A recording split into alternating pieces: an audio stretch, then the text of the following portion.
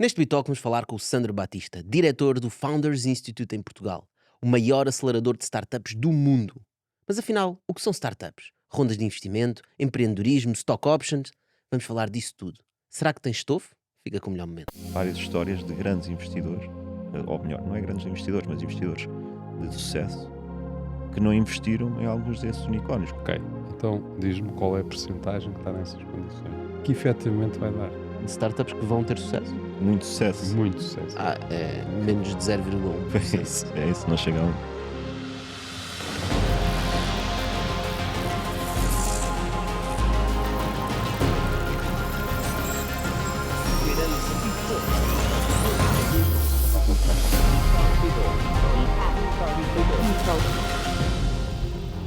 Ok, Sandro, então o Founders Institute foi criado em Silicon Valley.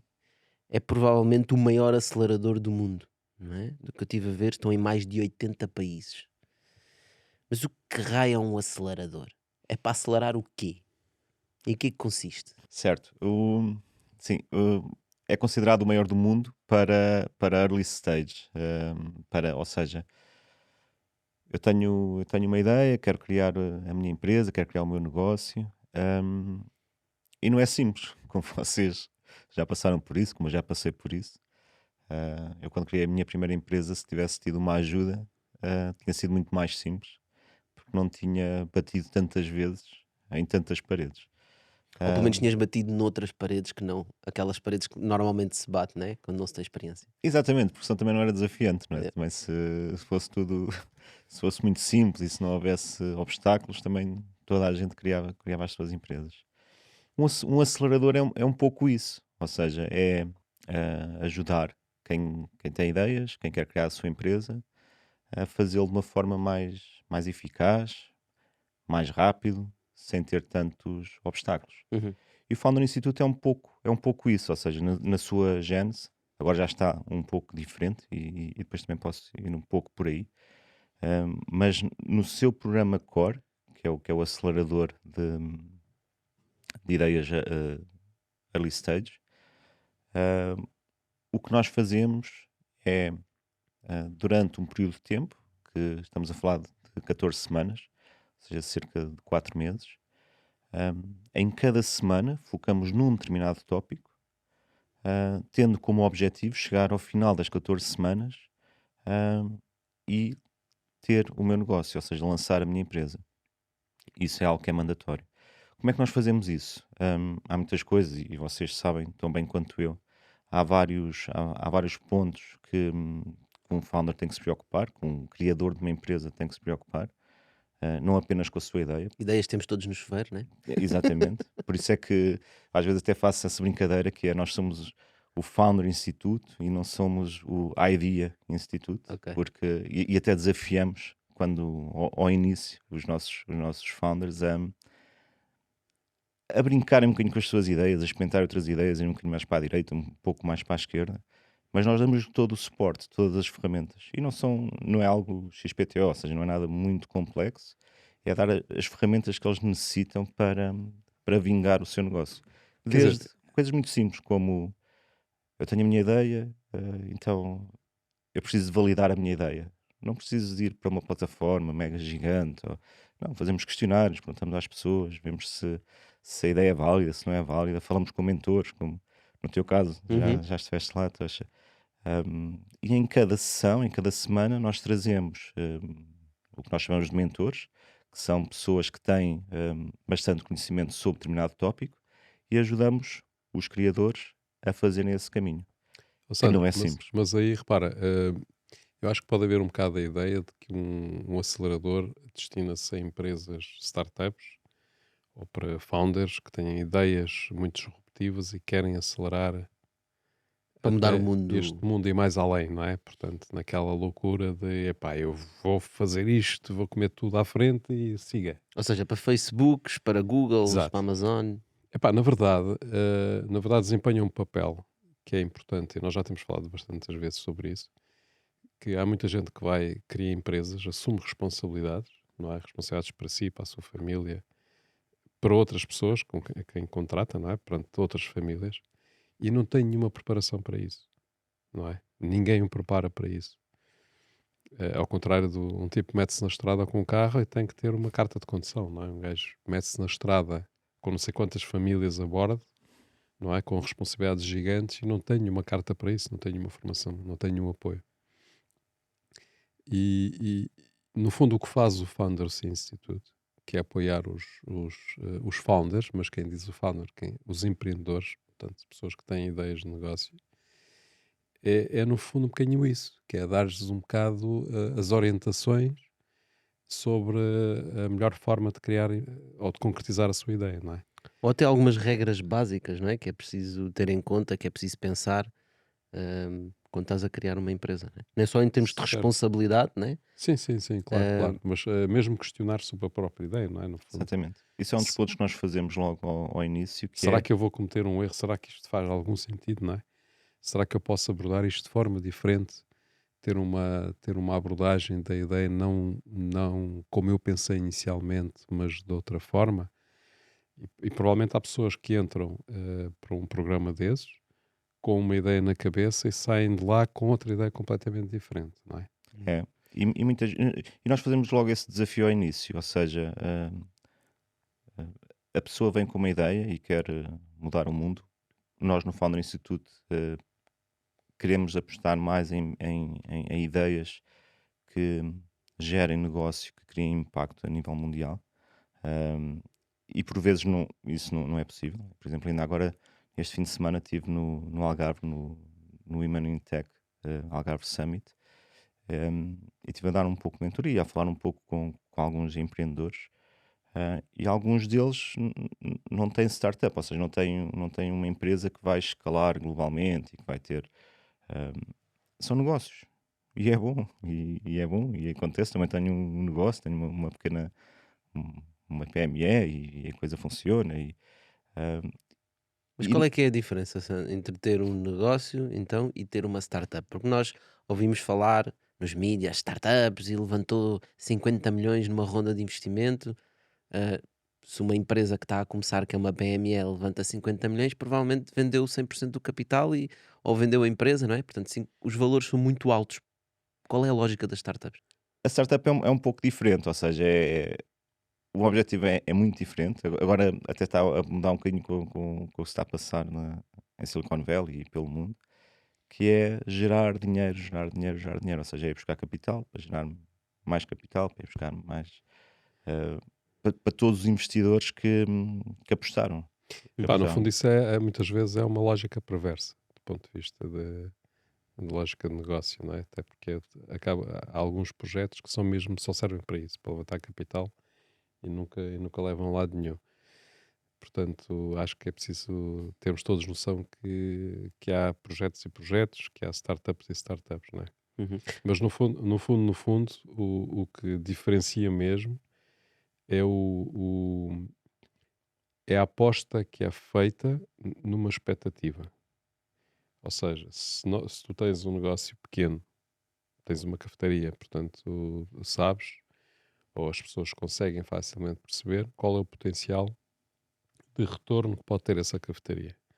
Não é? Quantos cafés, quantos snacks, não sei o que vai vender por dia, quanto é que pode vender por mês, quanto é que pode vender por ano, qual é o retorno financeiro que isso traz, quanto é que se pode lucrar com isso e, portanto, é fácil perceber que não se pode angriar 1 milhão de euros numa cafetaria porque senão vais-te enterrar até às orelhas Sim, o que para estás a sempre. dizer é que existe um limite do tipo da quantidade de vendas que uma cafetaria pode fazer, não é? Portanto, Existe eu um limite, consigo vender um certamente. café a cada 10 segundos. Tudo tem um É limite. mais predictível, sim. Reparem, tudo tem um É, limite. Inclusive, qualquer grande empresa tem um limite. Agora, o que se passa numa startup é que alguém, neste caso investidores, tem a percepção de que aquela empresa, com aquele projeto, com aquele produto, tem o potencial, lá está, tem o potencial, pode acontecer ou pode não acontecer, tem o potencial de ocupar uma parte do mercado porcentagem. significativa naquela área onde ela está a apostar.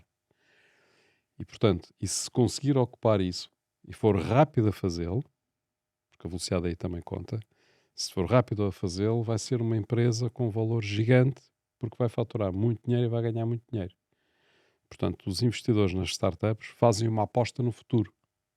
não naquilo que a empresa vale, não naquilo que a ideia vale em si. Nós sabemos que as ideias valem o que valem, não é? Ainda há bocado estava a dizer que tem-se ideias no chuveiro. Boés. Mas Se não mas forem sim, executadas, mas sim, os investidores acreditam que aquela ideia, com aquela equipa, com as ferramentas que têm, com o dinheiro que eles vão lá colocar, pode atingir uma posição no mercado tão significativa que vai obter um retorno fantástico. Então metem dinheiro, a sério, Muito dinheiro. muito dinheiro. Portanto, não pelos lucros que ela vai gerar agora, mas eventualmente pelos lucros que vai gerar no futuro. Poderá Esse- vir a gerar Ou pode não gerar nada. e a probabilidade é que não gere. Não é? Normalmente não gera, não é? A verdade é essa. A maior normalmente parte não delas gera, não mas algo também que os investidores apostam, não só naquela ideia, né? É também naquela pessoa, ou naquela equipa de pessoas, ou na capacidade daquela pessoa Certo, certo, certo. conseguir executar essa ideia. Porque há alguns exemplos, né? Não falando dos gigantes Facebook e tudo mais, né? Porque aí estamos a falar de outro nível. Estamos a falar dos Cristianos Ronaldos das startups, né? Exatamente. Mas vemos, mesmo cá em Portugal, há alguns casos desses, que é o mesmo empreendedor, criou uma empresa, deu bastante lucro, ou pelo menos aumentou o capital e valorizou mais aquela empresa, e depois saiu e criou outra ideia, e anda sempre de mãos dadas, quase, com os mesmos investidores, que é uma pessoa que consegue executar, consegue liderar e consegue fazer acontecer. Podemos outra vez entrar na ideia perversa, não é? Porque Exatamente. assim, o exemplo que tu estás a dar é há um founder, portanto, que é bom a fazer aquilo que faz. Uma das coisas boas que ele faz é angariar dinheiro. Exatamente. Portanto, e ele consegue, por via da sua execução, ou seja, da execução do projeto e do desenvolvimento do projeto, consegue valorizá-lo. Mas valorizar não significa dar lucro. Exatamente. Ou seja, tu podes ter uma empresa que tem muito valor, mas que perde muito dinheiro todos os anos, não é? Que é o mais normal. Pronto, Certo. O mais é o normal mais estar normal. sempre a torrar dinheiro. Das Então o que é que startups. acontece? Ele valoriza a empresa a determinada altura, consegue sair da empresa e provavelmente alguns investidores, pelo menos os que entraram inicialmente, ganham dinheiro com isso, não é?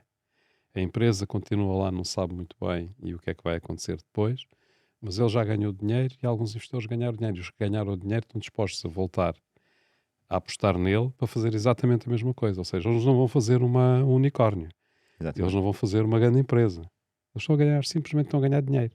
Uhum. Portanto, Sim, mas isso é um na bocado prática, o perverso É o das isso é o startups. perverso da história, não é? Portanto, ou seja, há gajos que estão no jogo, não para fazerem empresas, mas para ganharem dinheiro, simplesmente. Certo. Não é? Já agora, acho que é importante clarificar, estavas a falar que alguns investidores ganharam dinheiro, porque numa vida de uma startup existem várias fases de investimento e vários investidores que investem nessas fases. Aliás, tu estavas a dizer o Founder Institute foca no Nesse. chamado early stage, Exatamente. que em português é a fase inicial, portanto é os primeiros investimentos, que são 50 mil euros, 100 mil euros, 200, 300 mil euros. Depois a empresa angaria esse dinheiro, cresce mais um bocadinho e já consegue levantar 1 milhão de euros, 2 milhões de euros. Depois cresce mais um bocadinho, já vai levantar 30, 40. E em cada uma destas fases, o tipo de investidores são diferentes. Claro, há sempre crentes para cada uma das fases. Exatamente, está sempre.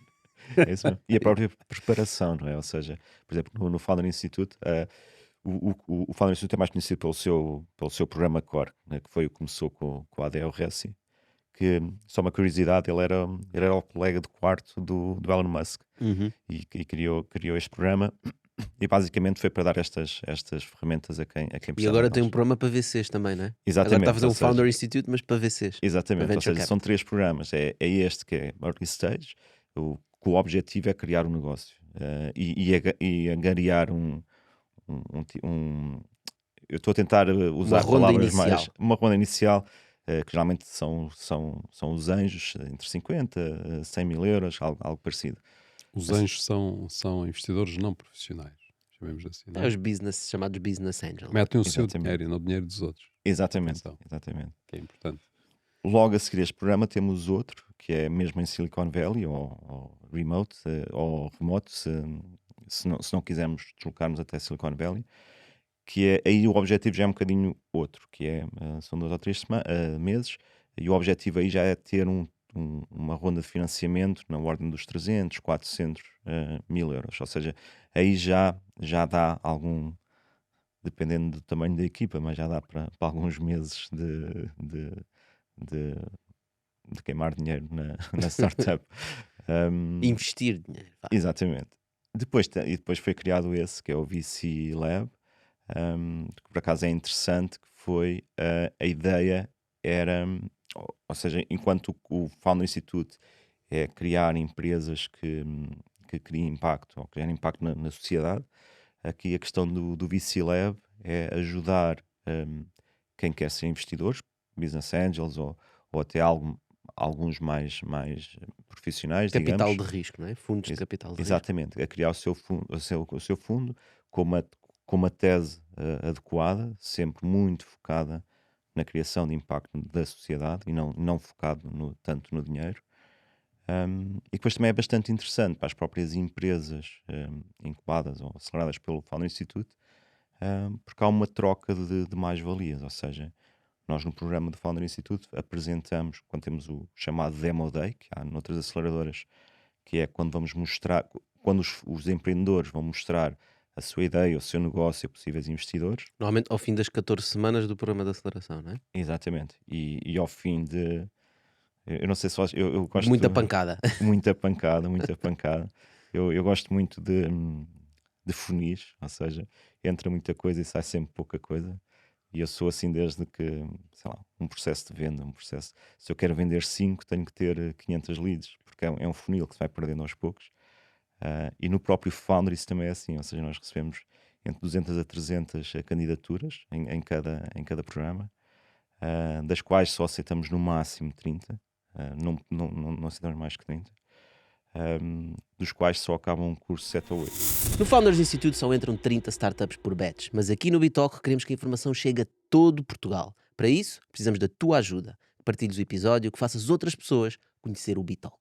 Ou seja, são aqueles funis que as pessoas vão ficando pelo caminho. E não é mau, Nós até fomentamos que as pessoas, se não for a altura ideal para criar a sua empresa, temos, sei lá, temos pessoas que Tirem um alguns ano sabático. às vezes é Voltem melhor, mais ou seja, tarde. voltem mais tarde, vão aclarar ideias, tanto que o programa é pago e nós até damos todo o dinheiro de volta se a pessoa sair até à terceira. Olha, leva o dinheiro de volta, mas não chateias. É um bocado assim, porque também é mau para o resto do grupo, não é? Ou seja, nós temos várias pessoas que estão focadas a criar algo. eh, Apesar de nós tentarmos controlar as entradas no programa, nós temos o nosso, que nós chamamos o teste de DNA de empreendedor, que de alguma forma já nos facilita as pessoas que fazem a candidatura. Por exemplo, se uma pessoa não souber ouvir, não pode estar naquele programa. E é muito difícil entrar à sua empresa, tirando alguns gigantes, como nós conhecemos aí com os. Mas nós não sabemos como é que eles eram antes. Exatamente. Ou seja, se ele não souber ouvir, se for conflituoso, se não conseguir trabalhar em equipa, todas sei lá, essas características que o empreendedor necessita de ter, se não as tiver, e nós tentamos perceber isso através de um pequeno exame, já não entra. Mas isso também é um serviço que fazem à sociedade, não é? Porque acho que há pessoas que devem ser desmotivadas a ser empreendedores. Ui. Então vá, explica lá isso. Não, é Isso, porque, de a gente facto, põe esse vídeo no TikTok e vai começar logo a arrebentar. Diz lá. O TikTok foi banido hoje pela União Europeia. efetivamente há pessoas que não têm jeito para ser empreendedores. Então não têm que ser empreendedores. Certo? Há muitas outras formas deles contribuírem na sociedade do que estar a tentar ser empreendedores. Com isso, no fundo, a desmotivar outras pessoas da equipa, se calhar a criar muito ruído, diríamos assim. Epá, e depois acabam por não conseguir fazer nada, não é? Estás a dizer E eles pela próprios mesma- ficam desmotivados e ficam desenquadrados Estás a dizer da pela vida. mesma lógica que há pessoas que não deviam poder tirar a carta de condução porque não têm as capacidades para conduzir Claro. um carro ou poderão ser inconscientes e provocar perigo a outros. Claro, há pessoas que podem ser ótimos executantes, mas não precisam de ser líderes, não é? Não conseguem ser líderes. Ou Não vão podem conseguir ser motivar líderes as noutro pessoas. negócio que não como pode- empreendedor. Ou seja, Podem ser excelentes concordo. técnicos, Exatamente. podem ser excelentes profissionais, podem ser seja aquilo que for. Até podem ser excelentes gestores. Até podem ser excelentes gestores, não é? O que eu duvido, porque Sim. de facto, para ser um excelente gestor tem que saber liderar equipas, não é? Certo. Pois. E uma das características mais importantes para o empreendedor é saber liderar equipas. Então, e uma das grandes barreiras para ser empreendedor, para conseguir ser empreendedor, é saber liderar a equipa. Portanto, se ele não consegue liderar uma equipa, se ele não consegue motivar as pessoas, se não consegue dar valor às pessoas, ele não está ali a fazer nada. Portanto, acho que haver programas que desmotivem, desmotivem pessoas a serem empreendedores seriam muito bem-vindos, não há dúvida. Nós tentamos fazer isso, porque e não só, se calhar, empreendedor executante, mas temos a outra fase. Eu não sei se já falámos sobre isto, mas eu até o Mas o 12º empreendedor ano... também é executante. Aliás. Exato, é executante, tem que executante. executar aquele plano de negócio, principalmente até porque tem contas para prestar a quem investiu dinheiro nele. Por isso ele também Repara, tem que tu ainda há saber bocado muito bem. disseste uma coisa que eu tive aqui logo um tchunk a chamar-me a atenção. Tu falaste de queimar dinheiro, Era a tradução que é a para português. tradução do inglês Exatamente. do burn, não é? É. Ou seja, os investidores e os founders falam em queimar dinheiro. Estes gajos são doidos ou quê? Queimar dinheiro? Não tem mais nada para queimar? Mas tem uma lógica, Tem não uma é? lógica, ou seja, Tem uma Pronto. lógica financeira por trás. A lógica, lá está. Portanto, e isso é preciso ter um bocadinho de cuidado, não é? Porque efetivamente as pessoas não queimam dinheiro. Estão a investir, ou é suposto estarem a investir, para conseguir atingir um determinado objetivo. Eu acho que seria interessante nesta questão financeira nós Mas às darmos... vezes foge a boca para a verdade e há gajos que estão mesmo a queimar queimar dinheiro. Isso é porque é E uma não tradução trazem valor. literal do inglês que tem o objetivo de pensar no modelo financeiro. Mas agarrar num altamente conhecido, são sempre maus exemplos, mas porque são os Cristiano Ronaldos da vida, mas acho que este é um bom exemplo para perceber a lógica, que é a Amazon. Uhum. Portanto, o Jeff Bezos criou um marketplace para vender livros, e para isso necessitava de investimento e foi buscar investimento. E durante os primeiros anos da Amazon, eles estiveram a queimar dinheiro. Portanto, a Amazon não deu 1 euro de lucro, estava simplesmente a crescer, a crescer, a crescer, e apesar de não estar a dar euros de lucro e continuar a levantar mais dinheiro, portanto, mais investidores estavam a colocar dinheiro na empresa, a empresa não dava 1 euro de lucro, mas eles cada vez tinham mais mercado. Então já vendiam CDs, já vendiam livros, depois começaram a vender equipamentos, depois começaram a vender mais isto e aquilo. Até que chegou um momento que de repente a Amazon começou a dar dinheiro. E esse momento em que começou a dar dinheiro não foi que começou a dar um bocadinho de dinheiro, começou a dar rios de dinheiro. Pronto, mas isso acontece porquê? Espera, deixa-me só para terminar. Portanto, esta é a lógica em que os VCs procuram. É encontrar estas empresas como a Amazon, onde tu investes muito dinheiro e a empresa está sempre a queimar dinheiro, mas está a crescer, está a ganhar mercado, e até que chega um dia e clique. Pronto, Começa a dar rios de dinheiro. Mas reparem, eu acho que a malta que nos ouve tem que perceber a diferença. É que se pode estar a queimar dinheiro e queimar literalmente dinheiro. Ou melhor, está-se a queimar dinheiro e não se está a criar valor nenhum. E há empresas que fazem isso. E fazem isso muito bem. Certo. Agora, E até ficam bem na... e ficam bem Ficam bem na fotografia. E Exatamente. muitos até depois são valorizados, não é? Exatamente. E o founder até sai todo contente porque ainda leva uns milhões no bolso. Ou Mas não leva, mas ganha muito. Sim. Sim, Goodwill ou então não no leva mercado, e tem goodwill e depois arranja outra vez investidores para queimar dinheiro noutra empresa. Exato. Mas a verdade, não é? É que não é isso que nós queremos. Portanto, o exemplo que tu deste da Amazon é um bom exemplo, porque é assim. Há empresas que são startups e estão a ver numa lógica de startup e estão a queimar dinheiro. O queimar, nesse caso, não é queimar por deitar fogo. É queimar em termos de combustível. Certo. Ou seja, o que eles estão a fazer é usar o dinheiro para acelerar o seu motor de desenvolvimento. Então estão a investir para ter uma empresa maior. Porque provavelmente, se a Amazon, em determinada altura, tivesse travado a fundo e deixasse de queimar dinheiro, deixasse, no fundo, de investir naquilo Para que estava crescer. a construir, para crescer, eles tinham travado, deixavam de queimar dinheiro e começavam a ganhar dinheiro. Não tinham atingido, era a dimensão que atingiram.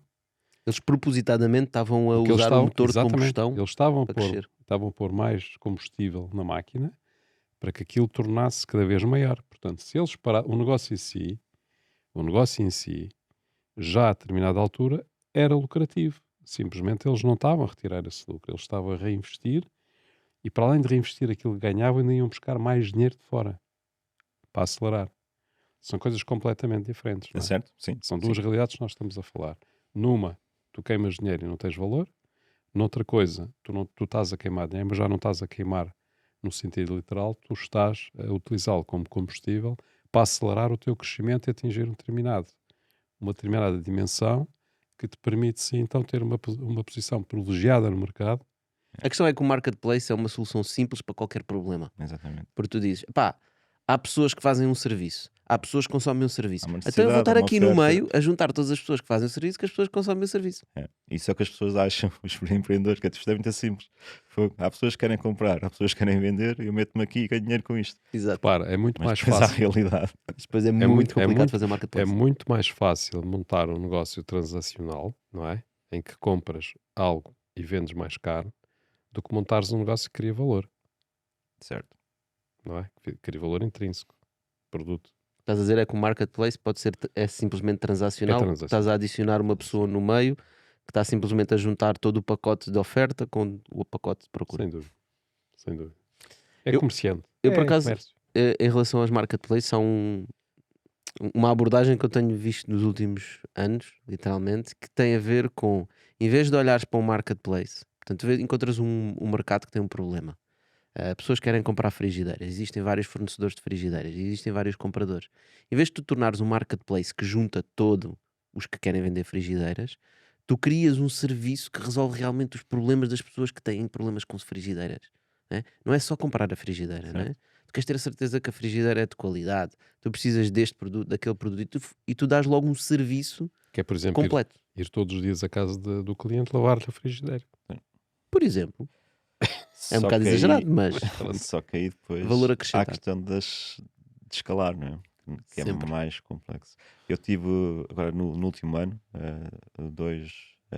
dois empreendedores desafiaram para uma aventura e lançámos um marketplace há coisa de um ano, não cá em Portugal, no Reino Unido, que é hometainment.com. Isto surgiu por causa um pouco, não surgiu, mas foi acelerado por causa da pandemia, que muitos profissionais de hospitality, de restauração, ficaram sem emprego ou começaram. E para não se começarem a refugiar naquilo cá agora, que são as dark kitchens, ou seja, que eles estão num armazém qualquer a cozinhar ou a preparar coisas que depois nunca sequer chegam ao consumidor final. E muitas dessas pessoas são mais do que bons profissionais e bons executantes, que era um pouco o que eu queria pegar há pouco. São artistas também, são criadores, que estavam a perder o seu. Já não estavam a trabalhar em hotéis, já não estavam a trabalhar em restaurantes. Então nós lançámos esse marketplace com muita curadoria, com um black book, com um livrinho de contactos bastante interessantes. Um dos founders anda nisto há cerca de 25 anos, a abrir hotéis pelo mundo e a gerir hotéis. Recentemente, o diretor do Soul House, lá no UK. Então, basicamente, eu vou online à plataforma e posso encontrar private chefs, bartenders, mixologists, DJs, entretenimento, por exemplo, para criança, ou seja, encontrar profissionais que estão ali disponíveis e curados por nós para prestar esse serviço em minha casa. Daí o hometainment. Ou seja, vou organizar uma festa, quero um chefe, quero alguém que prepara umas bebidas, quero um malabarista e quero um gajo para música. Exatamente. Ou seja, podes fazer o pacote, o shopping cart, no limite das várias experiências. E depois há os desafios todos, que isto é giro e aquilo vai correr bem, temos contacto, No temos Excel isso clientes, parece funcionar perfeitamente parece bem. funcionar. Há tantas festas. Qual é que é depois a questão? É a coordenação Estes entre eles serviços todos. no caso da nossa plataforma, são serviços mais premium, ou seja, há várias plataformas semelhantes que eu posso ser um chefe em minha casa e pago 30 ou 40 euros e a coisa funciona. Os nossos serviços são mais premium, o que faz com que a fatia de mercado que há bocado estavas a referir, eh, que eu quero atingir, vai ser menor, mas que no nosso caso com mais valor, mas são menos pessoas. Ahm, mas mesmo assim, vender diretamente ao consumidor não é suficiente para nós. Então nós apostamos muito no B2B, ou seja, por que não pegar neste serviço que nós vendemos já às pessoas e por que não numa lógica de vender também a empresas, ou neste caso a assistentes. Por exemplo, no UK há muita, para determinado tipos C-level, todos têm uma PA, ou um PA, um Personal Assistant. Basicamente é essa pessoa que lhe marca as festas em casa, não sou eu. Só digo, tipo no teu caso, olha, nasceu o meu puto faz um ano, no dia, sei lá, em outubro, 4 de outubro, o Joãozito faz anos no dia 4 de outubro, Organiza trata aí uma disso. festa. E ela vai organizar, ou ele vai organizar, e são essas pessoas que nos trazem este tipo de festas. Estamos a falar de festas muito grandes, com muito valor, com muito income. Por exemplo, Halloween, Dia dos Namorados, ainda tivemos algumas festas de género. E é bastante interessante, mas não é escalável. Nós estamos em Londres só, estamos a funcionar só em Londres. Já fizemos uma ronda de. Eu comecei, porque era para ajudar a estruturar um bocadinho e acelerar esta empresa. Fizemos uma ronda de financiamento, vamos ficar 500 mil de libras, há coisa em setembro. Estamos na fase de queimar dinheiro. E o queimar dinheiro, o que é que nós estamos a fazer? Estamos a experimentar algumas estratégias, como esta, o B2C ou D2C, o B2B, que é vender às empresas, criar uma rede de parcerias que queiram apostar. Por exemplo, o bartender vai a casa, ou o mixologist, ele pode levar o álcool, pode levar as bebidas. Então, se cá temos um parceiro que pode fornecer essas bebidas. Portanto, procurarem outros modelos de negócio, outros sítios onde modelos, podem ganhar dinheiro. Exatamente, ou seja, nós temos que definir aquilo que nós chamamos de revenue streams, né? Que é por onde é que entra o dinheiro. Temos o B2C, que há de ser pequenino, para já, porque não somos a tal brand gigante. O B2B, que são tickets sempre muito elevados. Estamos a falar de um average ticket, um preço médio por venda na ordem das 1700 libras para uma festa. Por festa. profissional. Isso é, sim, que já é interessante. Não, com vários profissionais, não é? Por profissional. Por Profissional. E vocês cobram uma profissional. percentagem sobre o valor do profissional, né? Como Cobramos sendo um dos dois marketplace. lados. Cobramos dos dois lados. Ou Quer seja, dizer, o profissional vende a 100, nós cobramos-lhe X, porque nós trazemos-lhe muitos clientes. Estamos a falar, nós já geramos cerca. Um dos nossos maiores, maior profissional, que neste caso é na área das bebidas, bartender, mixologist, sommelier. No ano passado, nós gerámos mais de 50 mil libras de vendas para ele. E poucas mas- vezes. Mas Ou seja, é bastante engraçado, tu interessante. dizes que não é escalável. Não, não, de facto, depois não terminei. Ou seja, não é escalável agora. E nós estamos a queimar dinheiro para o tornar. Pois, mas a questão Mas é. porquê que não é escalável? Não, ele diz que não é escalável, mas eu acho que é escalável. O problema que está aqui em cima da mesa é que é um serviço. Portanto, no fundo, tu tens uma plataforma como suporte do serviço. A plataforma pode ser global, Uhum. mas o negócio é local, completamente local. Era isso. Não Ou é? seja, nós, Porque os profissionais vão prestar os serviços localmente. Não tens um gajo de Londres que vai prestar serviço em Paris ou em Lisboa, não é? certo, Porque senão ficava muito caro. Portanto, a solução é global, mas o negócio é sempre local. certo. Portanto, e a limitação de escalabilidade desse negócio é precisamente ser um serviço. Certo. Até porque a plataforma acaba por ter ter um efeito agregador, mas não é algo muito complicado. O Não que é? estás a dizer é que a chatice é que tem pessoas. É sempre. E Tem serviço. sim. O que nós Ou seja, não é fizemos, produto. uma das primeiras coisas que fizemos para validar se o negócio e também daí a ronda de investimento foi se o negócio podia ser franchisável ou não. Porque há negócios que não são. E neste caso, nós vamos conseguir fazer, ou esperamos isso, franchising, porque vai ser sempre um negócio local. Sim, mas o franchising que estás a recorrer ao franchising por uma questão de modelo de financiamento. Não tem nada a ver com o negócio. Porque tu, em bom rigor, podes prestar um negócio, podes montar esse negócio em 50 cidades. do Certo, mundo, certo. não é? E vamos fazer isso, ou Só seja, que vais ter que investir mais dinheiro. Portanto, o investimento que fazes em Londres se calhar é equivalente ao investimento que vais ter que fazer em Berlim, em Paris, em Lisboa e por aí fora.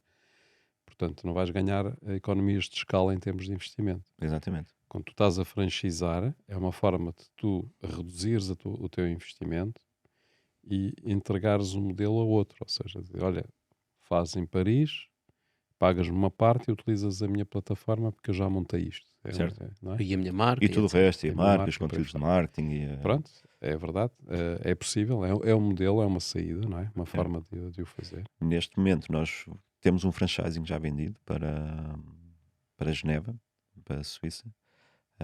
Mas como estavas a referir, há cidades que vão ser nossas. Ou seja, um dos co-founders é o Antoine, ele é francês, nem sequer é inglês. Por exemplo, Paris vamos ser nós a abrir, algumas cidades dos Estados Unidos vamos ser nós a abrir, as outras serão franchising. Uhum. Agora, montar um franchising, então, É outro filme. No fundo, tens que mostrar à pessoa que vai comprar o franchise, não é? Dizer assim: olha, Tocha, estão aqui os números de porque é que isto é interessante exatamente, tu abrires em Lisboa. Segundo as nossas experiências, tu vais necessitar de um investimento de X. exatamente, Com este investimento, tendo em conta Lisboa, que é uma cidade que tem X milhões de habitantes, tu vais conseguir vender à volta disto. Tem não sei quantas empresas, portanto, o teu retorno de investimento, se calhar em 4 anos retornas o teu investimento e ao fim de 4 exatamente, anos já estás a ganhar dinheiro e ao fim de 10 anos ganhaste 5 vezes o teu investimento ou 3 vezes o teu investimento, exatamente. seja o que for. E neste caso, por exemplo, tu achas porque é que havias de trabalhar comigo ou trabalhares sozinho?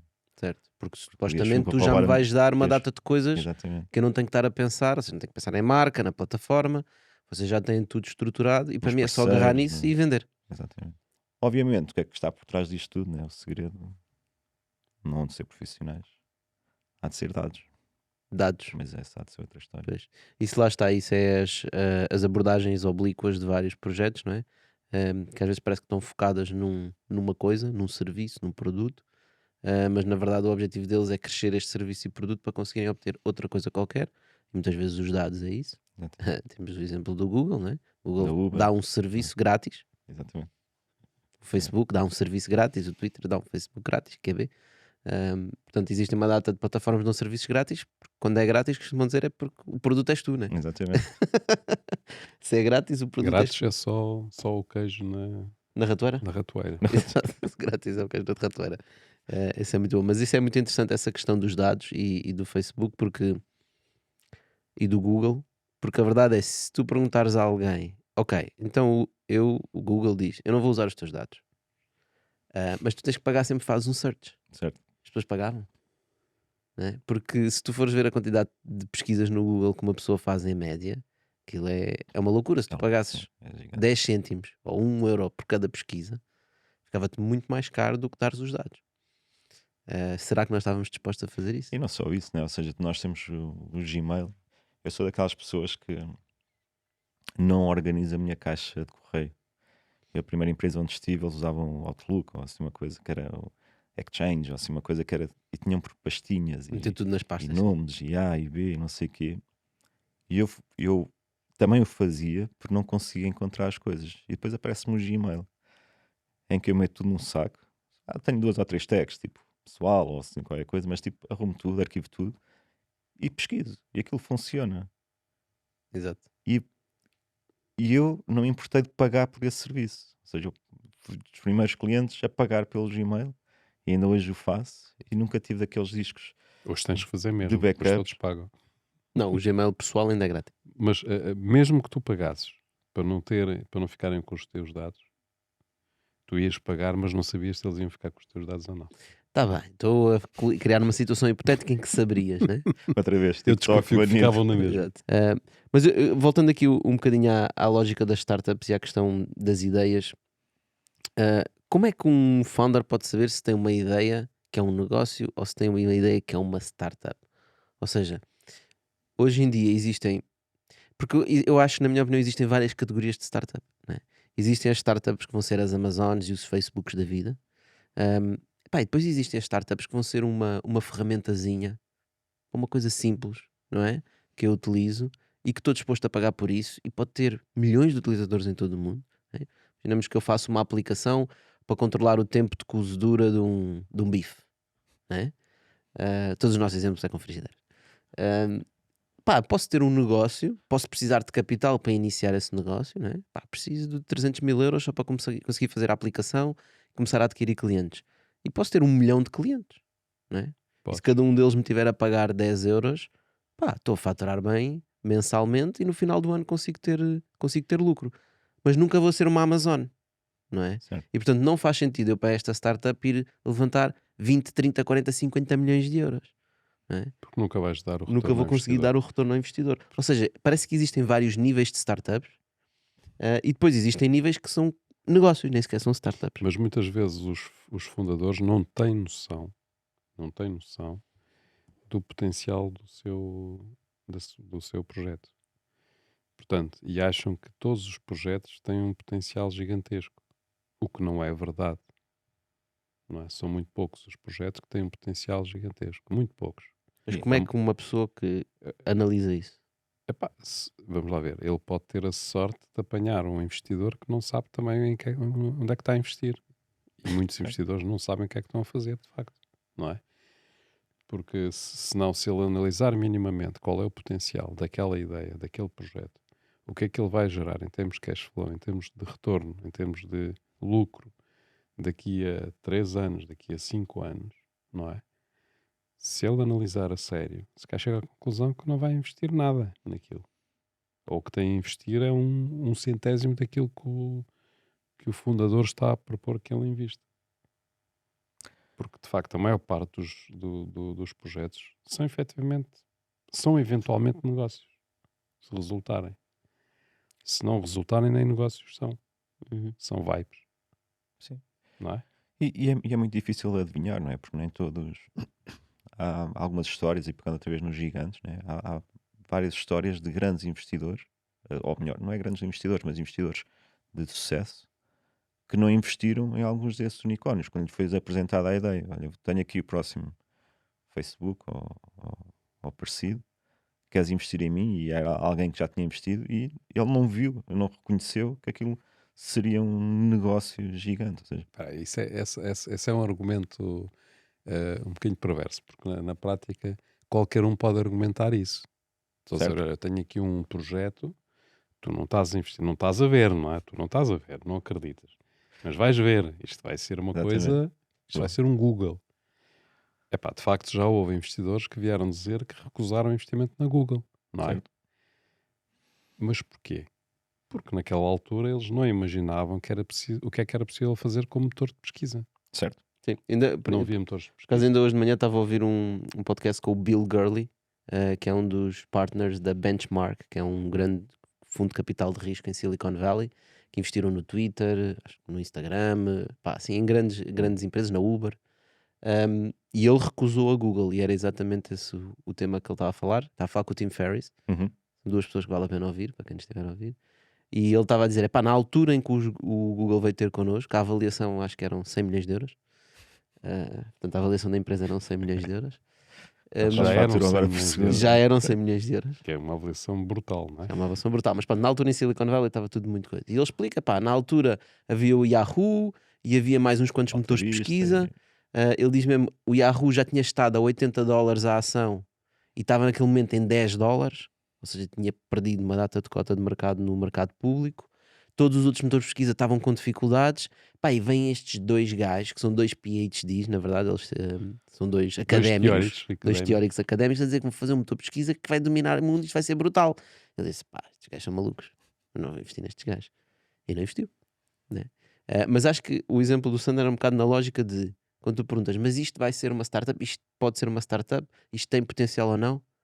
Ninguém sabe, Ninguém sabe. A questão não é é? essa. Tipo, algumas pessoas com mais experiência têm uma capacidade de ver algumas coisas que já reconhecem e dizer: isto tem potencial de estar mais perto Certo. de sim do que de não.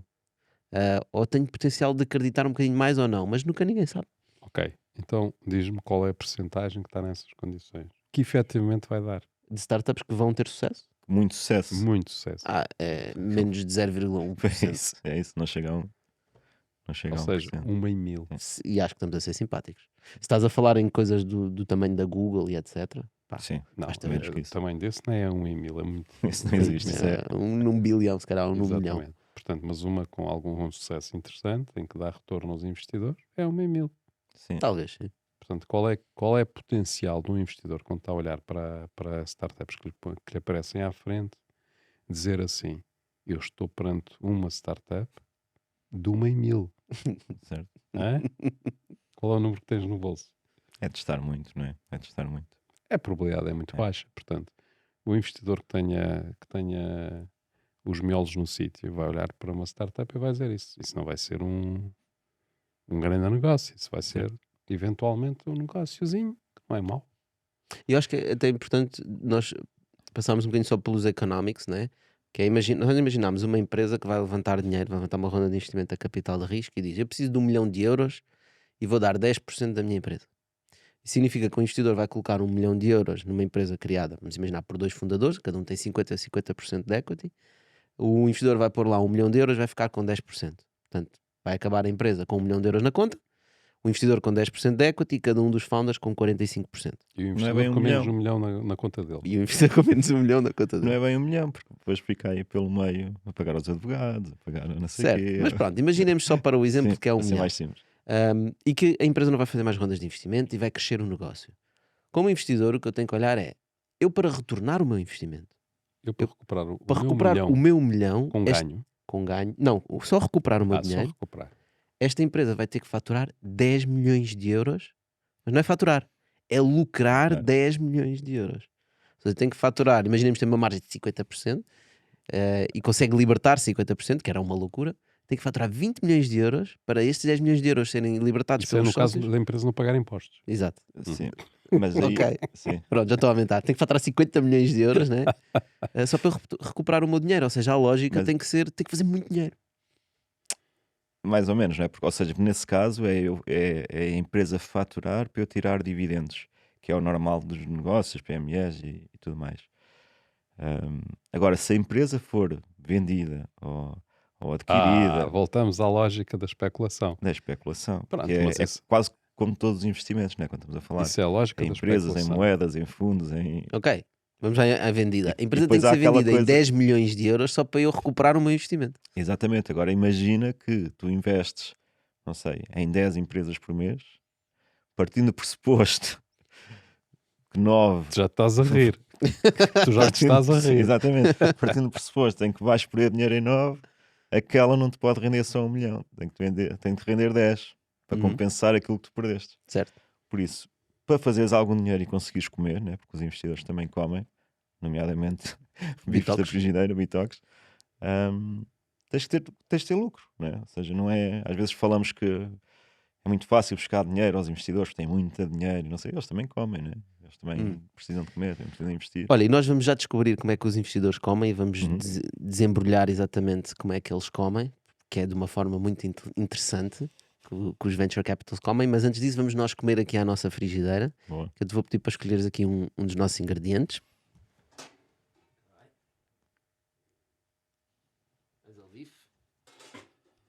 Podes abrir? resolvi. Seitan. Podes abrir aí o bife seitan. Vegan, podes ler em voz alta? Ora, as advisory board member da Women in Tech, no entanto, vendo a foto dos membros da Focus BC, em 21 pessoas só há 4 mulheres. Porquê? A frigideira é muito marota, Sandro. Exatamente. A Focus BC é a minha empresa, ou seja, o meu trabalho às 8 horas por dia. O que te paga os bifes? Do dia, exatamente. Esse é mesmo um dos motivos. Ou seja, o motivo de eu não conseguir angariar tanto talento e tão diversificado como eu queria, e eu vejo isso, por exemplo, no Founder Institute, que é igual. No Founder Institute, o rate de entrada de mulheres ronda entre 30% a 40%, e as saídas nunca é mais de 10% a 20%. Ou seja, eu acho que isso é mesmo um problema. E porquê? Eu gosto muito de trabalhar com pessoas, eu gosto mesmo de trabalhar com pessoas, e gosto muito de trabalhar com mulheres, porque trazem coisas que a maior parte dos homens não trazem. E quando conseguem trabalhar em equipa, é fabuloso, porque têm a parte criativa, têm a parte sensível, têm a parte da execução. São ótimas a executar porque fazem-no desde sempre. Não querendo ir muito por aí, mas em casa a mulher toma conta da casa.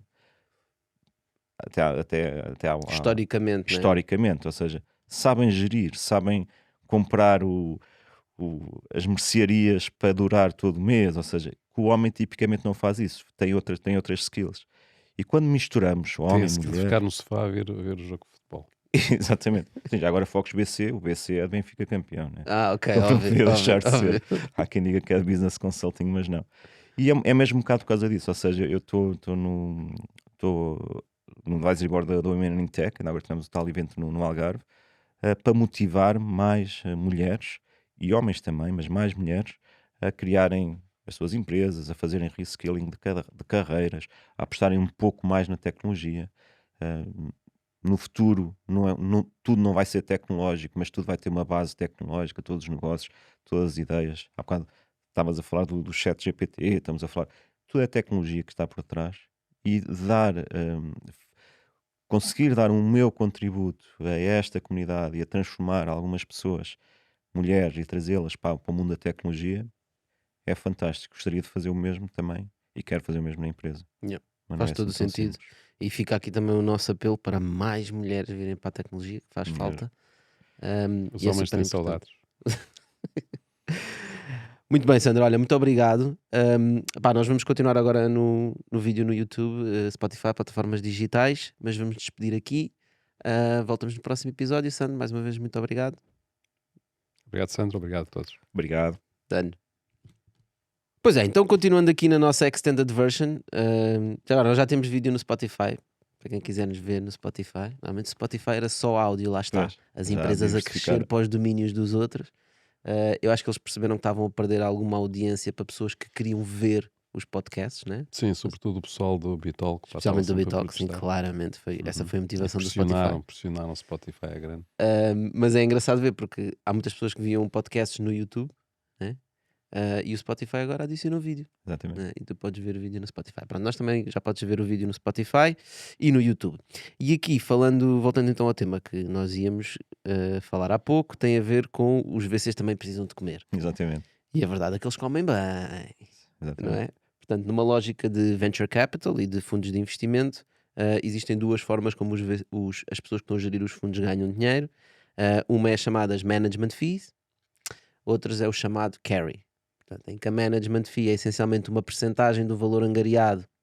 Portanto, alguém que está a gerir um fundo vai angariar dinheiro de outras pessoas que têm muito dinheiro Exatamente. e não o querem estar a investir, querem que alguém invista por eles. Eles angariam esse dinheiro, cobram uma percentagem de management fee, normalmente dá 2,5%, 2% ao ano.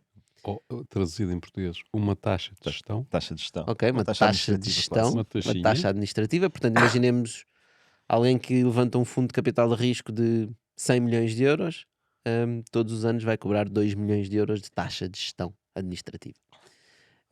E no final, depois de retornar o investimento todo, se tudo for com sucesso, imaginemos que ele consegue retornar 500 milhões, vai agarrar nos primeiros 100 milhões e devolver aos investidores, e nos restantes 400 milhões cobram 20% de success fee. Portanto, é assim que os investidores comem, não é? É. Foi o resumo. Epá, porquê que se faz isto? Porque na verdade estas pessoas todas que têm dinheiro e não sabem ou não têm tempo Eu para faço uma investir, correção. diz. É assim que os gestores de fundos de investimento comem. Certo. Sim, não é os investidores, estamos a falar Certo. focando só Certo. em VC, né? Porque os investidores pagam e depois, eventualmente, têm um retorno. Certo, mas depois de eu angariar dinheiro eu também me torno um investidor, não é? Estou a gerir o dinheiro de outros, mas eu sou o chamado investidor. Está bem, mas pronto. Mas tu ganhas sempre. Tu, como gestor do fundo, ganhas sempre. Certo. Mesmo que sejam que não obtenhas os 20% de Success retorno, fee, sim. success fee, pá, pelo menos pagas o teu trabalho com Ordenado. as taxas. E os ordenados e tudo Exatamente. mais. não é? Certo, poderá ser alegado e em Que alguns não é a casos... parte mais interessante. Tudo bem. Exato, e que é um custo de Não é o oportunidade, filé não é? mignon. Eu poderia estar a ganhar 10 mil euros a trabalhar numa McKinsey e estou aqui a ganhar 3.500 euros a gerir o teu dinheiro. Certo. Mas era só para colocar as coisas no lugar. Há os investidores propriamente ditos, são os LPs, os que colocam o dinheiro nas mãos dos fundos, não é? E depois há as pessoas que têm a responsabilidade de gerir o fundo e têm São uma grande chamados GPs? responsabilidade. Diz? São os GPs. São os GPs, e esses sim, são eles que decidem onde é que são feitos os investimentos, mas não são os donos do dinheiro, não são eles os donos do dinheiro. E depois, claro, depois cada fundo tem os seus processos de decisão, não é? E as suas Que teses e tudo mais. que por vezes envolve os próprios investidores. Uhum. Especialmente na Angels Way. Já viste o nosso projeto da Angels Way? Já vi. Cortámos as management fees. Não é? Portanto, aqui a ideia é não haver management fees e é toda a comunidade trabalhar para procurar investimentos e para investir e para suportar os founders. Não, isso é muito bom. Olha, Sandy, há bocado falaste de AI, falaste de tecnologia, de que o mundo vai estar na tecnologia. Qual é a tecnologia que te excita mais nos últimos tempos? Pá, acho que me excitam e que eu acordo todos os dias molhado a pensar nelas quase e depois ao dia a dia, né? Ou seja, que a minha área, eu trabalho muito na área do IoT, Internet of Things, de processamento de dados, tempo real, real time, streamings, essas coisas. É a minha praia das empresas que eu tenho. O que é que isso significa exatamente? Streaming de dados, real time. Ok, é o Google Maps? Não só, ou seja, nem precisamos ter mapas, nem isso. Ou seja, é basicamente nós conseguimos ter acesso à informação em tempo real de uma forma que nos seja fácil de tirar conhecimento daí. Ou seja, Interpretar esses dados, né? interpretar esses dados. Ou seja, mais do que estar a ver um mapa, mais do que estar a ver volumes, j- muitos volumes de informação, o que eu quero ter é alguns insights, quero ter algumas métricas, quero saber quando algo acontece, onde, e para isso nós trabalhamos, por exemplo, na área das smart cities, na área dos grandes eventos desportivos, que são milhões de informação, são milhões de pessoas, milhões de trotinetes, por exemplo. Agora saiu, agora como estamos em deferido, se calhar já vai haver mais outras leis, mas saiu o novo regulamento municipal de Lisboa por causa das trotinetes, porque as trotinetes chegam a um ponto que é mais lixo no meio da cidade. E lixo estamos a dizer passeios que estão ocupados com trotinetes deitadas e que, por exemplo, uma pessoa não consegue passar, uma cadeira de rodas, ou seja, a juntar-se ao caos que já havia dos carros, agora com as redes cicláveis e com esta quantidade de micro veículos nas cidades, eh, é ingerível para as cidades ter um território como deve ser. Eu acho piada a isso, de facto, desculpa lá. Mas quer dizer, as trotinetes, não ponho em causa o que estás a dizer, nem aquilo que a Câmara diz, mas as trotinetes passaram a ser um caos na cidade. Os carros não são. Os Não, carros não, já eram. não, Ou seja, e os carros ocupam muito mais espaço, são muitos mais e ocupam muitos mais espaço do que as trotinetes. sim, a questão Só, é que para os só que é carros, fácil de lidar com os trotinetes, é muito difícil lidar com os carros. o problema foi outro, foi os carros, antes de entrarem nas cidades, ou seja, se formos se calhar, há vários séculos atrás, isso não se colocava, mas definiram-se regras para os carros cumprirem. As trotinetes foi ao contrário, vieram os trotinetes, quem diga trotinetes de outros veículos, vieram todos e não havia regras. Mas com os carros foi a mesma coisa, no início também não tinhas regras. Pois, no não é? início, Certo, certo, certo. Mesmo no início. No mesmo início no dos não é? carros. início, Foi a há mesma alguns coisa. séculos, né? Tu tinhas regras para as diligências, Exatamente, não é? Para as carroças. Para as carroças, mas não tinhas para os carros. exatamente. As carroças O que se eram está a tentar movidas a fazer animais hoje, e os animais tinham dejetos. Portanto, exatamente, era com um saquinho. problema, não é? O que se está a Agora tentar fazer hoje em dia é os, algo os que é carros definir essas regras. poluíam sem nenhuma limitação, não é? Certo. Também há muitos E ocuparam selvagens. os passeios todos. Também há muitos selvagens a estacionar trotinetes. Já vi E pessoal tipo, a carros, e largar as tudo, trotinetes como se fosse. Pá, não sei. Mas desculpa, mas eu Parvoíce. interrompi o teu raciocínio que não tinha nada a Não, ver com sem isso. stress. Não, é mesmo isto que o Tocha estava a referir, ou seja, há muitos selvagens, ou seja, as pessoas, como não havia regras definidas e como não havia multas, como há nos carros, hum, tudo era válido. Ou seja, eu pegava na trotinete, vinha aqui até o Licipo e deixava à porta e a meio da passagem para a garagem e ninguém me dizia nada, porque é espaço público quase, né? Uhum. Então começaram-se a definir essas regras. Mas são milhares de informações que nós temos por dia, se a bicicleta, se a trotinete, onde é que está a trotinete, se está numa zona válida, se não está, há quanto tempo é que está lá parada, porque são problemas simples de resolver, ou seja, este caos pode ser facilmente resolvido. Se uma trotinete está parada há mais de 5 minutos numa zona ou num passeio que só tem 2 metros de largura, alguém tem que ir lá buscar. Ponto. Ou seja, isso é a forma mais reativa, né? Ou seja, reagir às coisas que estão mal. No entanto, a parte interessante, que é a parte que eu gosto, é com todos estes dados, nós conseguimos desenhar melhores formas de habitar na cidade. Ou seja, com milhões de dados, há aqueles exemplos de eu desenho o caminho de A para B, mas as pessoas em linha às escadinhas e as pessoas vão à direita, né? Cortam aquele clássico as pessoas atravessam no meio da relva e nós vemos claramente que quem desenhou o caminho de chegar do ponto A ao ponto B faz ali uma curva e as pessoas Vou à vão a direita. meio e o relevado está todo cortado, né? Isso percebe-se através dos dados, ou seja, nós conseguimos perceber onde é que realmente as pessoas estão, agarram nas bicicletas ou nas trotinetes ou tudo mais, como é que elas as usam, a que velocidade é que andam. Isto é lindo, esta parte dos dados e de tirar informação e conhecimento dos dados para depois agir de uma forma mais preventiva é a parte que me fascina. Uhum. É essa. Ok. E aí depois vamos entrar com outras coisas, né? Inevitavelmente. Com modelos de machine learning aí pelo meio, inteligência artificial depois mais à frente. Sim, porque no fundo, se não estou enganado, tu se fores com uma trotinete ali para o centro de Lisboa, tu nem sequer a consegues estacionar, Certo? né? Porque o operador da trotinete consegue por GPS saber onde é que tu estás e supostamente não, acho que não se pode estacionar ali, deve ser por isso. Sim. Há zonas que não podes circular, há zonas que não podes estacionar, mas isso não estava a ser nada validado. Mas não Agora seria está a fácil ser. fazer umas bolinhas no mapa por toda a cidade e fazer estacionamentos para as trotinetes, tal como os carros têm estacionamentos, Também há, fazer também zonas de há, estacionamento de trotinetes. também há. Pois, É pouco é conhecido. O difícil às vezes é chegar às pessoas. Ou seja, eu gosto muito, em qualquer sistema que nós fazemos, seja para as cidades, seja para os estádios, tudo isso, algo que eu me preocupo sempre é partilhar informação ou conhecimento de uma forma efetiva. Que é, há realmente locais onde podes estacionar e estão umas bolinhas desenhadas no chão, mas ninguém sabe. Mas E se isso é calhar há uma app qualquer específica da Câmara de Freixo Espada à Cinta mas porque é da que Câmara lançou a devia. sua app que nunca ninguém vai usar. E quando estamos a falar disto, estamos a falar, por exemplo, de turistas, né? Nunca vão instalar a própria aplicação da sua Câmara. Mas tem outras plataformas, tipo um Waze da vida ou algo parecido, que já lá está essa informação. Mas Mas os repara, mas próprios podia haver, operadores deviam obrigar isso. mas podia haver outras soluções, podia haver outras soluções imaginativas. Imagina, eu estava aqui a ouvir-te e estava a imaginar. Ah, há pessoas que deixam os trotinetes nos sítios errados, não é? Que é o grande problema. Tu podias ter pessoas que estavam interessados em olhar para isso como uma oportunidade e arrumar aquelas trotinetes. Isso é é a opção reativa que o Reativa. Sandro está a falar. Não, não fui eu que deixei lá a trotinete, eu vou pegar naquela trotinete, não é?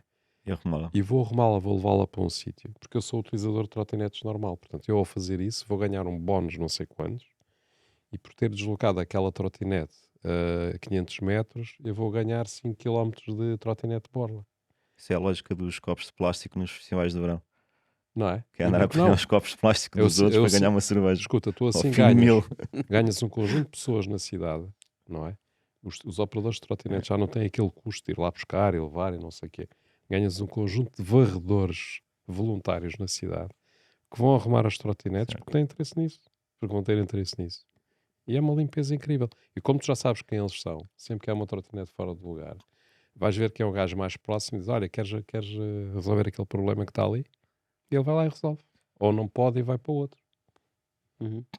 Com uma ideia. E até, Sim. não, e até podias fazer coisas ainda mais simples, que é não deixar as pessoas estacionar. Repara, tu quando abres uma trotinete tens uma app Certo. e depois quando acabas de andar na trotinete tens que fechar a viagem. Assim continuas a pagar. Não podes fechar a viagem num sítio qualquer. Há alguns assim agora. Façam bolinhas, uma data tem que haver muitas bolas, não é? É. Eu digo, E olha, eu quero ir para aquela zona. E ele diz-me logo, ok, vais para essa zona, mas vais ter que parar nesta bola, que é a bola mais perto. E Exatamente. se não fores para esta bola ou para outra bola, eu não te deixo Ou fechar. vais continuar a pagar enquanto continuar não a pagar. alguém não arrumar aquilo. Não, vais continuar a pagar para sempre.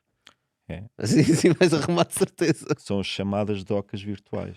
Ou seja, que é uma doca que não existe, mas que está aqui, tipo este tapete redondo, está aqui uma doca. Pronto, onde nós mas podemos este que não parar. arrumou fica na doca do inferno. Está sempre a pagar. Exatamente. E qual é que é o problema das smart cities? Nós estamos sempre a ouvir falar de smart cities, as cidades inteligentes, Uhum. mas as nossas cidades continuam burras como o caraças. Qual é que é o problema de implementar estas coisas de smart cities? É um investimento municipal? É tecnológico? Eu costumo dizer, tenho duas experiências na vida, que é dinheiro e tecnologia nunca são um problema. Acho que dinheiro não é um problema, né? Há dinheiro. Estratégia, E então. tecnologia também não é um problema. A tecnologia, tudo se resolve. Mais para a direita, mais para a esquerda, com mais prego, menos prego. Dinheiro e tecnologia nunca podem ser um problema e nunca o são. Como em vários negócios, há problemas de decisão, não é? Ou seja, é preciso querer realmente apostar em tornar a cidade melhor para os seus cidadãos ou para os seus munícipes. E por vezes um projeto de Smart Cities não demora 2, 3 meses. Ou mesmo que demore até 2 anos, com os ciclos políticos que nós temos de 4 anos, em que no primeiro ano não se faz nada, porque estamos a entrar, não é? Ou seja, se eu entrar agora, Sim, não tento estamos a justificar. entrar, o Nós primeiro não se faz ano nada. não se faz nada. no último ano também já pouco se faz, porque já vem o próximo ciclo. Nós temos ali É preciso preparar as eleições e tal. Exatamente. Há um curto espaço de 2 anos ali pelo meio que dá para fazer alguma coisa. Eu não concordo completamente contigo. Eu acho que isso existe, esse problema existe, ele é real, mas não é o problema principal. Eu tenho a ideia que muitas vezes os políticos, ou quem está à frente das autarquias, até querem fazer as coisas. E se calhar de toda a estrutura autárquica são aqueles que mais querem fazer as coisas. O problema é que nós lidamos com organizações autárquicas, organizações autárquicas são uma delas, que viveram ao longo de séculos com regras e tiveram sempre a preocupação de estabelecer regras. Faz parte, ou seja, se estamos em vida em comunidade, numa zona geográfica, portanto, numa cidade, é preciso estabelecer regras e é preciso fazer cumprir essas regras. Então, essas organizações cristalizaram demasiado. São muito cristalizadas, muito focadas nos seus processos e nas suas regras, e qualquer alteraçãozinha, por mais pequena que seja, tem um custo brutal do ponto de vista de esforço para conseguir fazê-la, não é? Portanto, o Sim, de grande esforço humano mesmo. esforço humano, ou seja, mesmo de vontade política, ou seja, um Presidente da Câmara, muitas vezes quer mudar qualquer coisa e não consegue. Não Certo. consegue. E quem fala Presidente da Câmara, estamos a falar também no Governo, é exatamente o mesmo problema. Ver exatamente o mesmo problema. Ou o Presidente da Junta. O Presidente da Junta já é mais pequeno, portanto a coisa Mas já é está mais mais fácil, ágil. mas depois não tem os meios. Ou seja, o problema tem a ver com a rigidez das instituições. E, portanto, quebrar essa rigidez, introduzir flexibilidade, é muito, muito difícil. E ainda pior em 4 anos. E ainda pior em 4 anos. Eu E quando estava a falar depois, do e depois tu ciclo, tens uma estrutura que autodefende-se. Ou seja, certo, é isso. nenhum dirigente político, nenhum presidente da Câmara, nenhum vereador vai contra um parecer dos serviços. Se tu tens os serviços que estão cristalizados, tem lá um tipo que nunca fez outra coisa a não ser cumprir aquelas regras que foram estabelecidas há 40 anos, ele vai dizer, de acordo com as regras que nós temos, isto não pode ser feito. E não há nenhum decisor político que vá por cima disto, porque senão ainda é capaz de ir parar a tribunal. Ou à comunicação social. Portanto, enquanto nós não tivermos maior flexibilidade ao nível de decisão do poder, nós não vamos a lado nenhum. É muito difícil fazer. Sim. Portanto, os ciclos políticos depois não se coadunam com isto. Tens 4 anos, ou o que é, não é? Lá está. O primeiro ano não consegue fazer nada, que é o que estavas a dizer. No segundo já não quer, ou melhor, no último já não quer porque tem que se preparar para o próximo, não é? Há 2 E anos. se calhar consegue fazer ali alguma coisa no segundo e no terceiro, se é que vai a tempo de conseguir ganhar a estrutura para que aquilo seja feito. Eu quando estava a referir isto é dos 2 níveis, ou seja, é dos políticos para baixo, mas também dos técnicos para cima. Que é eu estar a trabalhar numa organização que eu sei que a minha chefia vai durar 2 anos. Que é depois a falta de ownership que às vezes existe em camadas mais baixas, que é porque é que eu me hei de preocupar com isto, ou porque é que eu até hei de executar isto de uma forma, sei lá, executar a visão apaixonada e levar isto para a frente e puxar por isto, sabendo que daqui a 2 anos isto, ou 3 anos, isto muda. Então as pessoas também. E o meu chefe vai dizer, deixam andar. tu andaste ali a ajudar aquele. Exatamente. Ou seja, é tipo uma startup ser rotativo, ou seja, todos os anos muda o founder, ou seja, nós estamos a seguir uma visão de alguém e queremos ajudá-lo, ele está-nos a liderar, nós sabemos que daqui a 2 anos ele vai mudar e vem outro que diz outra coisa Não, e diferente. quantas vezes numa estrutura dessa Pois. aparece alguém com vontade, com sangue na guerra, quer fazer qualquer coisa, e depois os colegas viram-se para ele e dizem, vá, mas tu o quê? Queres mais que os outros, é? Não, isso é. Hã? Opa, estás a ir buscar os caranguejos portugueses. Pois, Estamos sempre nos caranguejos portugueses. Nós temos alguns exemplos de clientes, algumas cidades com projetos bastante interessantes e com métricas bastante interessantes, seja na melhoria da qualidade, que é sempre subjetivo, não é algo quantitativo de medir, não é fácil medir a qualidade, mas de acordo com aqueles indicadores europeus nós conseguimos fazer alguma medição nessa Qualidade de componente. quê, Sam? Qualidade de vida, ou Ah, seja, qualidade de ok. vida do cidadão, depois com vários parâmetros de análise.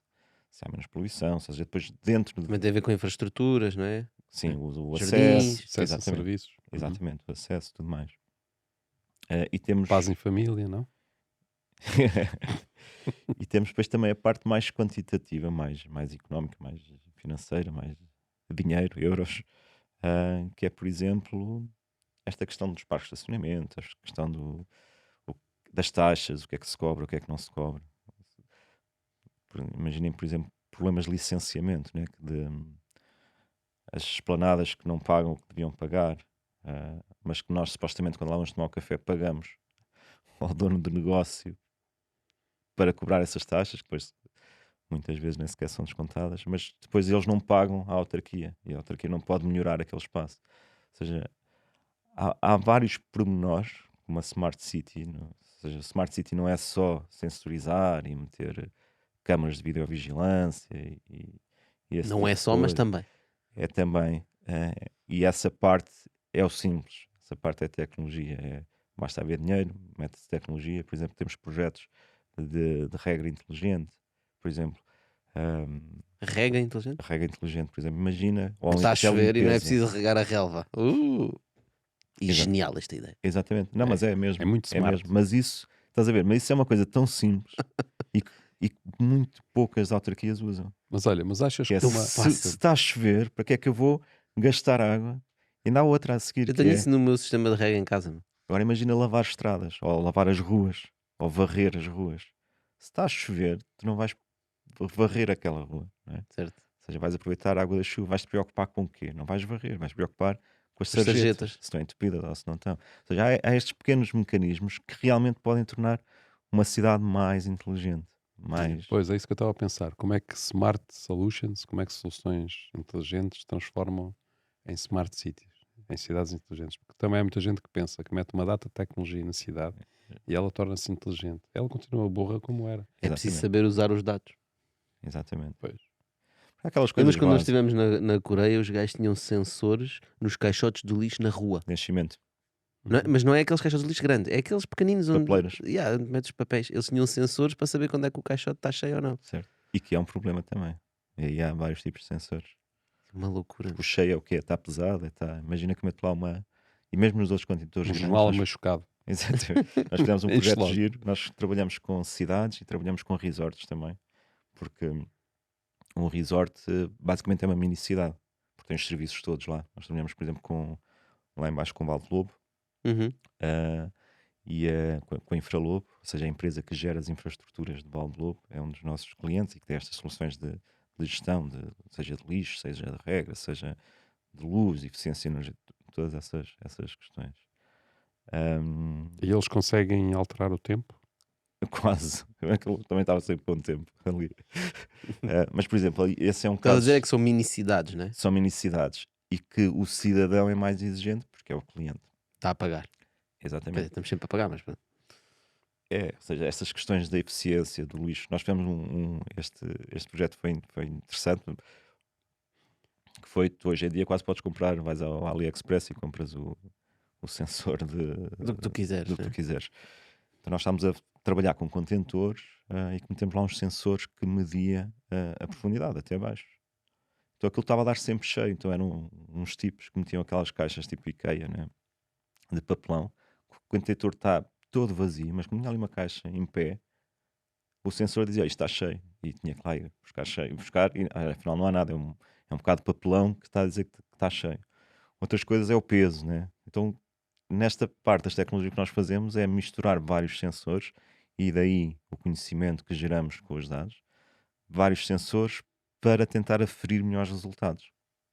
Neste É caso cu- dos lixos, os sonares, né, que medem a distância até cá abaixo, se está Vê que a ocupado, se não distância está. supostamente já estava cheia, mas o peso é muito pequeno, portanto deve ser alguma coisa Exatamente. muito leve. Eu acho curioso tu teres ido buscar um exemplo de um espaço privado, não é? Em que tu dizes que os clientes são mais exigentes porque pagam e a gente transporta isso para a cidade e não tem essa noção. Ou seja, porque é que os cidadãos da cidade não são mais exigentes? Eles também pagam. não é? Só que, se calhar, quem gera a cidade é que não tem a mesma abordagem sobre os seus clientes que tem esses espaços privados que cobram aos locais. Sim, também o custo de deslocação é muito superior, não é? Eu não vou àquele hotel, vou ao outro. Mas tipo, se eu vivo na cidade, eu vivo naquela cidade. Mudar-me para outra cidade é um bocadinho mais difícil. Portanto, de certa forma, os governos e os Adquirido. Não, municípios já têm os clientes adquiridos, o né? cliente tem mais poder, nesse caso, aí, do que o munícipe, não é? É. Ou seja, efetivamente, o munícipe é que tem pouco poder, tem pouca capacidade de exigência, não é? Pois está. Mas também não existe muita adesão do que eu tenho conhecimento, porque eu sei que, por exemplo, no caso de algumas autarquias, existem aplicações online onde tu podes ir reportar problemas Uhum. da via pública, e os níveis de adesão são baixíssimos. Mas tens o Nós- exemplo dos orçamentos participativos Nós que têm temos. tem muita adesão. Esse exemplo é Em que as interessante. pessoas decidem o que é que vai ser investido Muita adesão, QB. Tá bem, mas tem a ver. tem bastante adesão. Nós temos esse exemplo interessante que foi essas aplicações de reportar coisas. São coisas que já, mesmo na antiga empresa onde eu estava, há cerca de 20 anos, criámos algo parecido. A questão é que, e há coisa de 6 anos, se não me engano, ou 7, lançámos uma aplicação com a Junta de Freguesia da Estrela, que permitia às pessoas reportar, mas com uma grande diferença daquelas que existiam. As que existiam, para já, não funcionavam muito bem no mobile, e as que funcionavam, eu tinha que ir lá preencher não sei quantos campos. Basicamente, eu tinha que perceber quase da dinâmica da autarquia para poder reportar um problema. Ou seja, eu vou na estrada, Ou seja, vejo um não buraco. posso tirar uma fotografia de um buraco e dizer, olha o buraco. Exatamente, foi isso que nós fizemos. É. Ou seja, nós com a Estrela fizemos isso, que é o projeto GeoEstrela. Ganhou alguns prémios nacionais e internacionais. E fizemos, e a adesão foi grande. Ao início, a Estrela, ali embaixo, né, para quem não, quase toda a gente conhece, mas tem ali aquela parte de Santos, ao pé do Rio. E ao início lançámos a aplicação, a Estrela lançou uma aplicação aberta a qualquer pessoa. Qualquer pessoa podia reportar qualquer coisa, mesmo não se registando. Então a primeira ocorrência que apareceu foi o quê? Foi um navio a alta velocidade no meio do Tejo. Ou seja, as pessoas começaram a brincar com aquilo.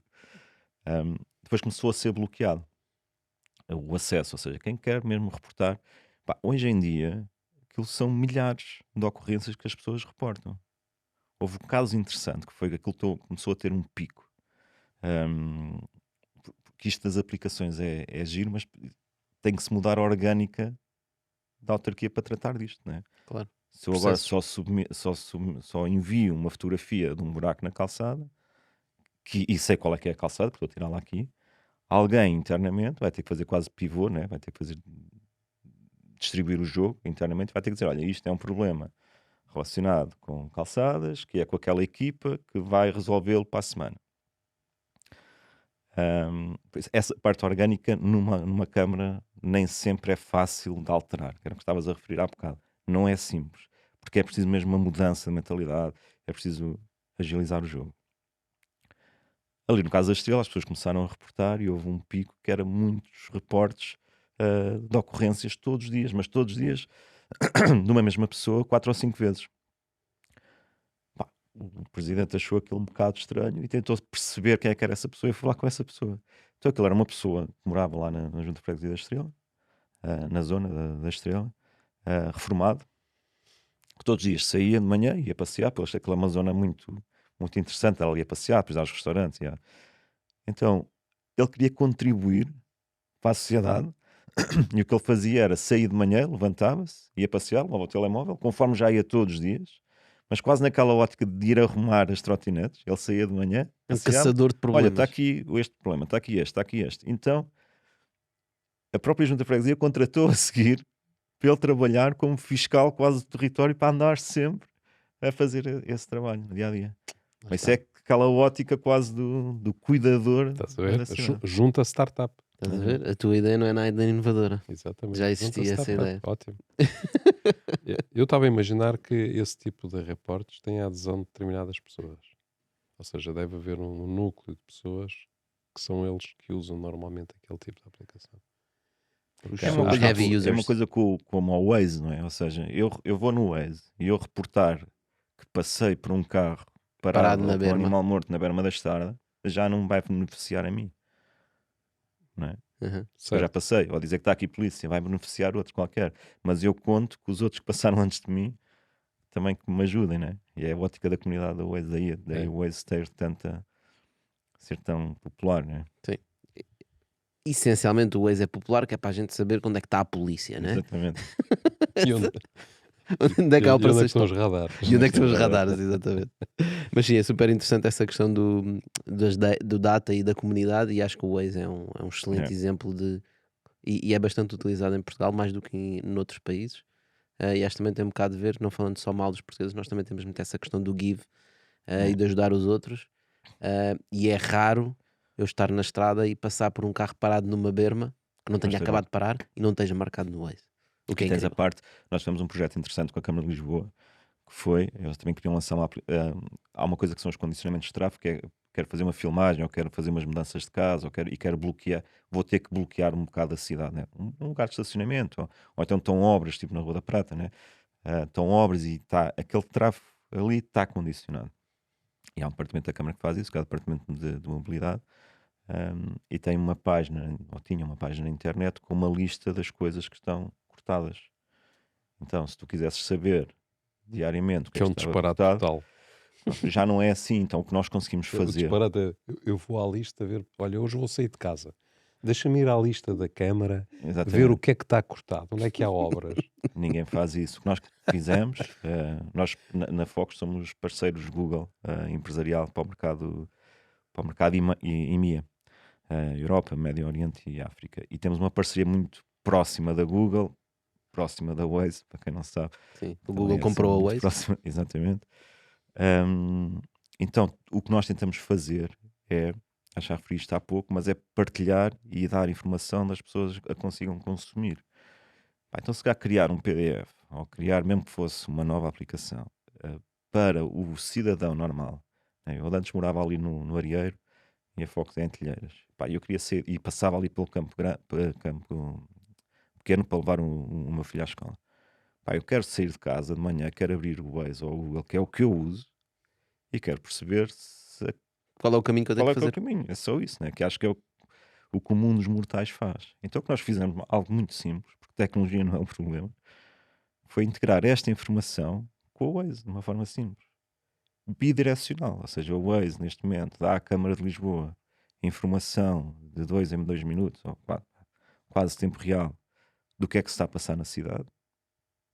A Câmara de Lisboa dá ao Waze o que é que se vai passar. Por exemplo, temos o caso da Web Summit, em que toda a informação sobre eventos, estradas cortadas, rotas alteradas, foi dada ao Waze com bastante antecedência, para o Waze poder cozinhar todas as suas predições e tudo mais. E isto é bom para o município, porque claro. eu abro o Google também tem a informação Claro. do Waze, ou abro o Waze e tenho esses Claro. benefícios. Agora o próximo passo Sim. é a Câmara começar a consumir os dados do Waze de onde se fazem as filas em Lisboa, porque muitos dos sítios onde se fazem filas em horas de ponta são coisas que facilmente podiam ser resolvidas com uma pequena obra, não é? Certo. E portanto com esses Ou dados, com a inteligência dos semáforos a alterar às as vezes frequências só uma de abertura. inteligência de semáforos, Sim, Não é? sim, ou seja, sim, pequenas alterações, não é? Portanto o próximo passo podem começar a consumir os dados todos e perceber onde é que as pessoas se concentram, que é o que também estavas há pouco a falar mesmo na qualidade de vida das pessoas, certo. não é? Então consegues ver, é pá, ali uma rua qualquer que está sempre montes de gente lá à volta, o que é que se passa? Se calhar vendem droga lá. Portanto, consegue começar a Ou prever dar este tipo. repassados. Não, Dá certo. repassados, é isso. Consegue começar a prever este tipo de coisas e melhorar a cidade, e melhorar as estradas e melhorar o mundo. Yeah. Fica o voto para que isso aconteça. Vamos cá para ajudar. Olha, Sandro, muito obrigado por teres vindo aqui ao Obrigado, Bitalk eu. falarmos destas coisinhas interessantes. Pessoal, obrigado a vocês por estarem desse lado. Já sabem, se chegaram até aqui neste episódio é porque isto teve algum valor para vocês, é porque aprenderam alguma coisa e porque Ou seguramente são, muito, conhecem. ou são muito pacientes. estás? São muito pacientes, exato. Também pode ser.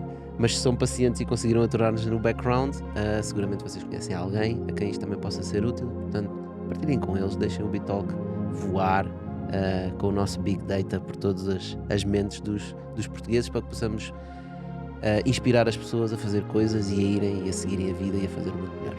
Sandro, mais uma vez, obrigadíssimo. Pessoal, Obrigado, Santos. Obrigado. Obrigado a todos. Dano, agora sim.